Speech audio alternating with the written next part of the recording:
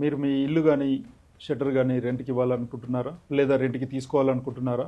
అయితే ఖచ్చితంగా ఈ విషయాలు తెలుసుకోవాల్సిందే. రీసెంట్గా సెంట్రల్ గవర్నమెంట్ వారు ఇంట్రొడ్యూస్ చేసిన రెంట్ రూల్స్ 2025లో ల్యాండ్ అండ్ టెనెంట్ గురించి వాళ్ళ రైట్స్ అండ్ డ్యూటీస్ గురించి ఖచ్చితంగా వివరించడం జరిగింది. దీంట్లో చెప్పేది ముఖ్యంగా ఏంటంటే each and every rental agreement has to be registered within 60 days from the date of sign. So మీరు 60 days లోపు మీరు మీ డాక్యుమెంట్ని రిజిస్టర్ చేసుకోవాలి. ఒకవేళ రిజిస్టర్ చేసుకొని పక్షంలో మీకు 5,000 పెనాల్టీ వేయడం జరుగుతుంది. అంతేకాకుండా మీకు సెక్యూరిటీ డిపాజిట్ అనేది ఓన్లీ 2 months క్యాపింగ్ మాత్రమే ఇవ్వడం జరిగింది. 2 months కన్నా ఎక్కువ వసూలు చేయడానికి లేదు landlords in case of residential properties, and 6 months కన్నా ఎక్కువ వసూలు చేయడానికి లేదు in case of commercial properties.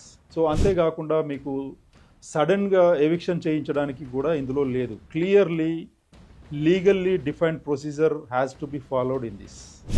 So ఎప్పుడంటే అప్పుడు ఇమ్మీడియట్గా టెనెంట్స్ని ఖాళీ చేయిద్దామంటే కుదరదు, వాళ్ళకు కూడా రైట్స్ ఉన్నాయి. అంతేకాకుండా మీకు రెంట్ కూడా ఇంక్రీజ్ చేయాలనుకున్న పక్షంలో అట్లీస్ట్ 90 days నోటీసు ఖచ్చితంగా టెనెంట్స్కి ఇవ్వాల్సిందే. ఇవ్వకుండా మీరు ఇంక్రీజ్ చేయలేరు.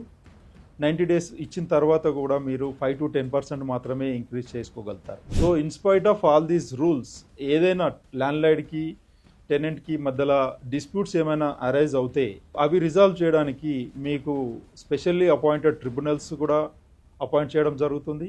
అండ్ ఈవెన్ మనకి రెంట్ కంట్రోల్ కోర్ట్స్ ద్వారా కూడా మీ వివాదాలు పరిష్కారం చేయడం జరుగుతుంది.